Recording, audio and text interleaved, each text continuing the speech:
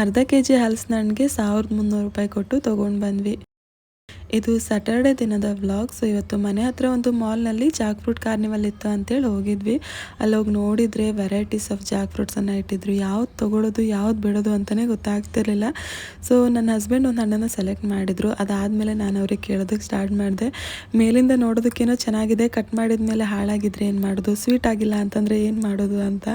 ಅದಕ್ಕೆ ಅವರು ನೀನೇ ಯಾವುದು ಅಂತ ನೋಡಿ ಸೆಲೆಕ್ಟ್ ಮಾಡಿ ತಗೋ, ಮತ್ತು ನಾನು ತೊಗೊಂಡಿರೋ ಹಣ್ಣು ಹಾಳಾಗಿದ್ರೆ ಮನೆಗೆ ಹೋದ್ಮೇಲೆ ಸುಮ್ಮನೆ ಚೊರೆ ಮಾಡ್ತೀಯ ಅಂತ ಹೇಳಿ, ಅದಾದಮೇಲೆ ನಾನೇ ಒಂದು ಹಣ್ಣನ್ನು ಸೆಲೆಕ್ಟ್ ಮಾಡಿದೆ. ಅರ್ಧ ಕಟ್ ಮಾಡಿಟ್ಟಿದ್ರು, ಅದನ್ನೇ ತೊಗೊಂಡು ಬಂದೆ.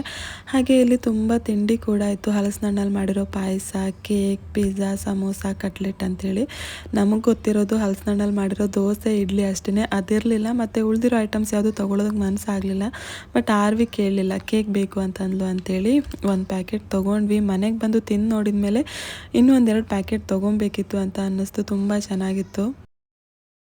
ಅದಾದಮೇಲೆ ಹಣ್ಣನ್ನೆಲ್ಲ ಸಪ್ರೇಟ್ ಮಾಡೋದಕ್ಕೆ ಸ್ಟಾರ್ಟ್ ಮಾಡಿದೆ. ಆಗ ನಾನು ಇದರ ಪ್ರೈಸ್ ನೋಡಿದ್ದು. ಅಲ್ಲಿ ನಾನು ಜಸ್ಟ್ ಹಣ್ಣನ್ನು ಸೆಲೆಕ್ಟ್ ಮಾಡಿ ಹಸ್ಬೆಂಡ್ ಕೊಟ್ಟಿದ್ದೆ.